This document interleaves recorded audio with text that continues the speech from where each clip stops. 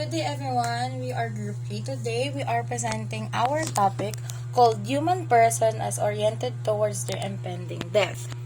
So, these are the table of contents. First is what is death, different perspective on death, different types of death, then what should we do, how should I live my life before it finally ends, what is the end of this life, happiness and suffering, and how do I define through happiness. Let's start our discussion with What is Death by Dion. What is death? The action or fact of dying or being killed. The end of the life of a person or organization. Ito ay commonly understood as the end of bodily function which signal the end of person's life. Ito rin ay nirefer as separation of body at ng spirit. Ito rin ay isang stages kung saan nade-define ang uniqueness ang human existence. Now let's move on to our next topic called different perspective of death. First is biological perspective. This was commonly determined by the medical professionals or doctors. Nangyayari yung biological perspective kapag ang isang tao ay nawalan ng buhay o namatay sa pamamagitan ng pag-stop ng function ng importanteng organ sa katawan. For example is yung heart nag-stop ng pag-pump ng blood and lungs nag-stop ng pagpapump din ng oxygen. Next is religious perspective. So, sa religious perspective naman, pinapakita dito or sinasabi dito na merong iba't ibang pananaw, yung iba't ibang religion. And also, dito is naniniwala sila na, sa ibang religion, naniniwala sila na kapag namatay ka, mapupunta ka sa ibang lugar, makakasama mo makapangyarihan or yung tinatawag na God.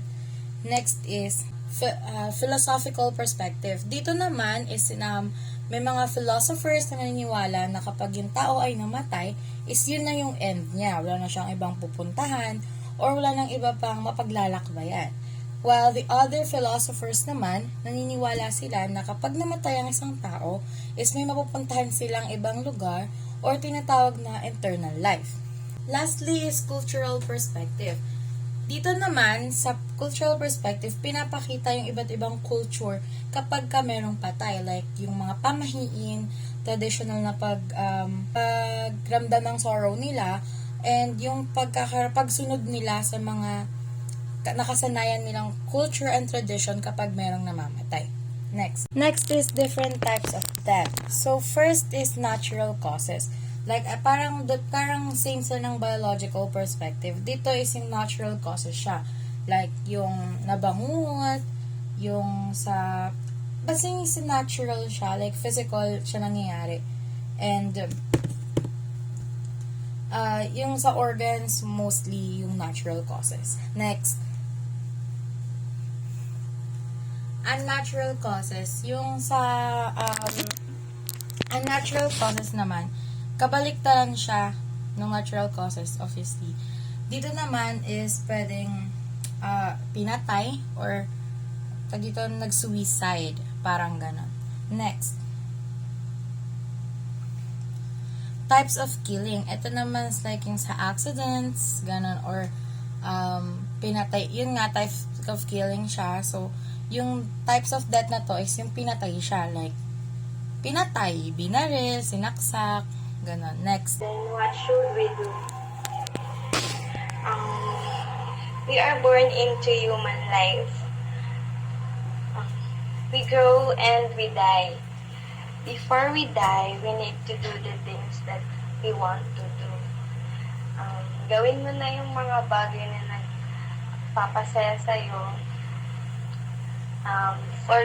Pursue your passion. Focus on the positive aspect of your life, and then taking care of your physical and mental health, especially spending time with your loved ones, so we can say that we have lived a meaningful existence.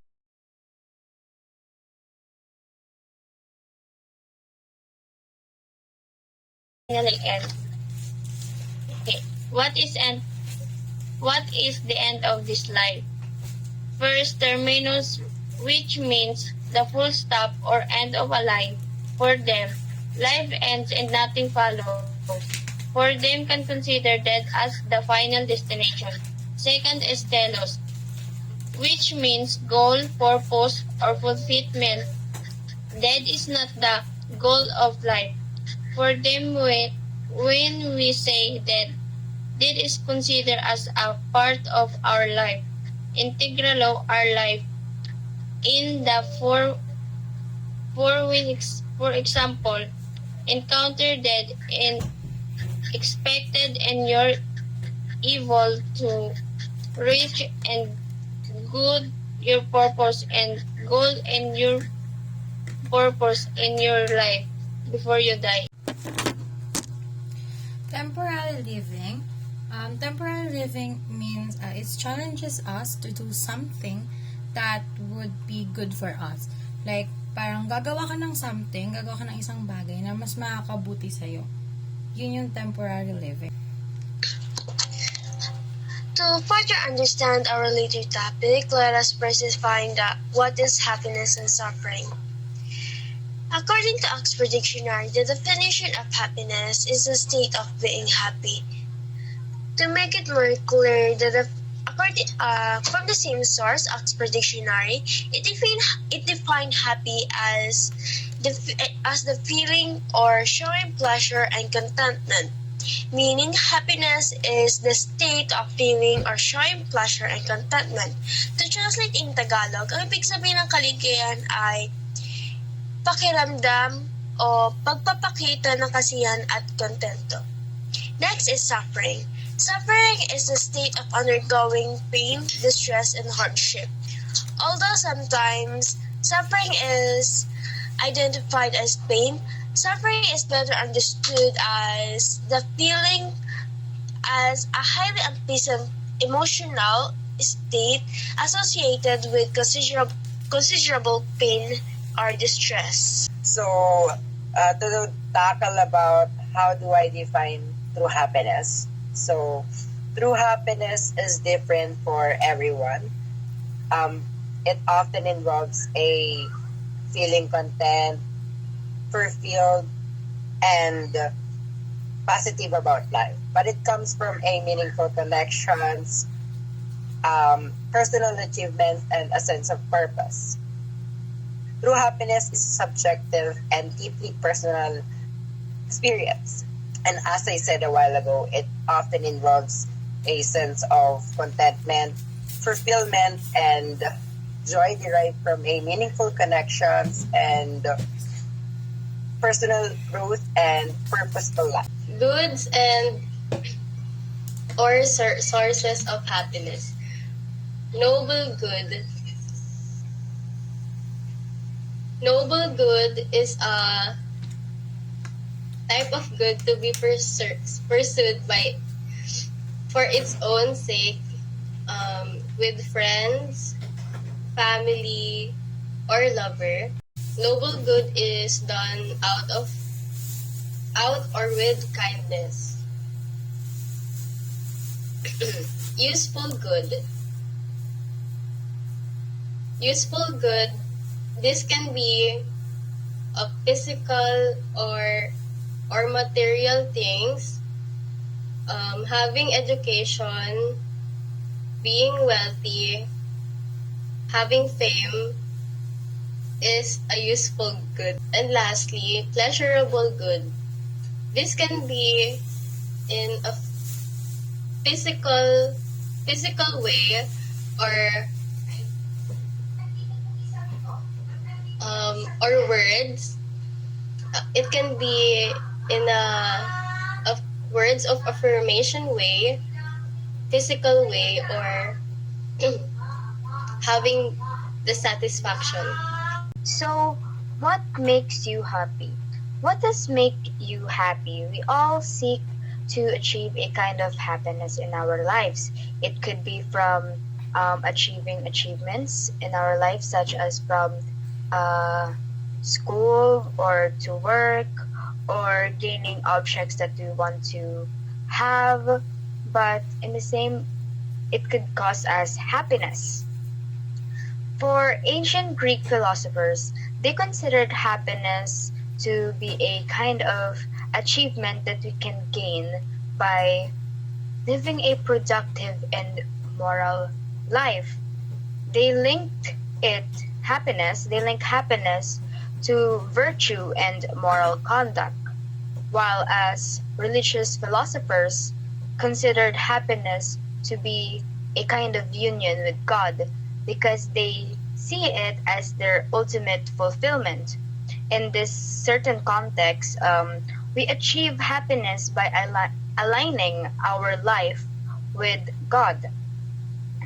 As for the contemporary view, we define happiness as a whole life satisfaction, and we base it on our evaluation on our overall life experiences. It could be a reflection from various perspectives in our life. What is suffering? Suffering is a part of life that everyone experiences at some point. One reason we suffer is that life is full of unpredictable events. Another aspect of suffering is our emotional response to situations. Additionally, our expectations can be a source of suffering when reality does not align with what we anticipated. Ang suffering ay bahagi ng human experience. Maraming sanhi ng paghihirap kabilang ang personal na pagsubok, tulad ng pangangailangan, kawalan ng katiyakan at interpersonal na mga issue. Tsaka normal lang sa ating mga tao nakakaranas ng suffering kasi nakakaramdam tayo ng mga emotional reaction, ganun. So, why do we suffer?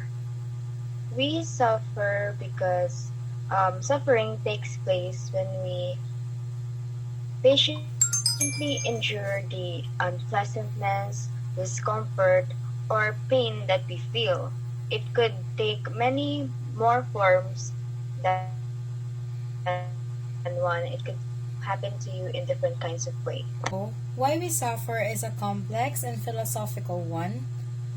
Different perspectives suggest that suffering is part of human experience, a result of free will and choices, a way to find meaning in life, or caused by external factors. It is important to recognize that everyone's experience of suffering is unique and individual cope with it in various ways. So now let's talk about forms of suffering. First is the physical suffering.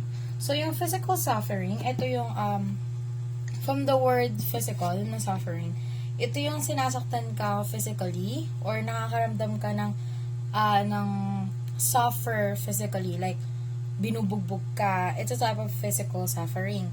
And while mental suffering naman, sorry for the words, like having anxiety, depressions, panic attacks, ganun. Yun yung mental suffering. So,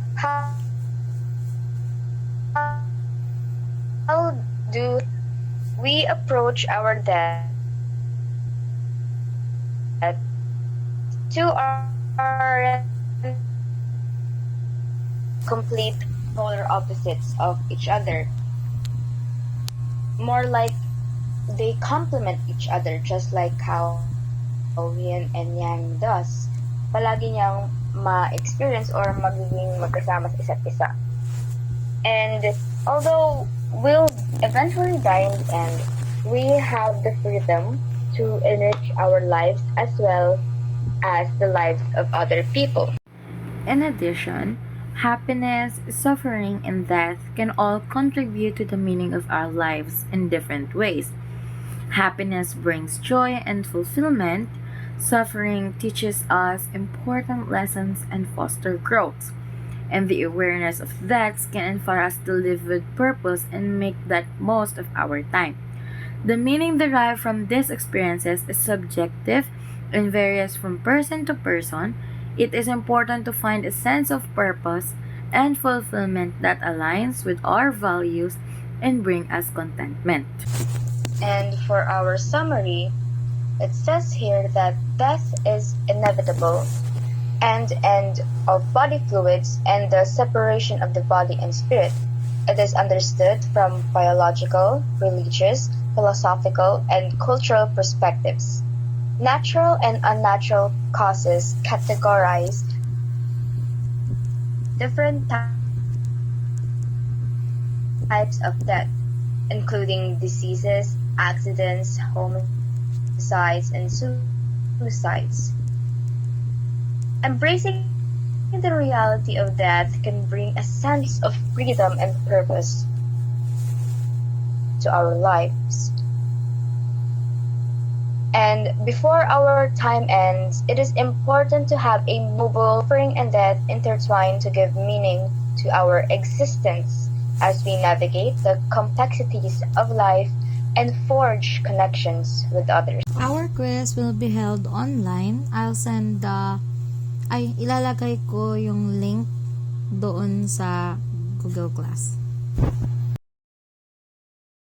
And that's all, everyone. Thank you very much for taking your time watching and listening to our virtual presentation. It is about human person is oriented towards their death.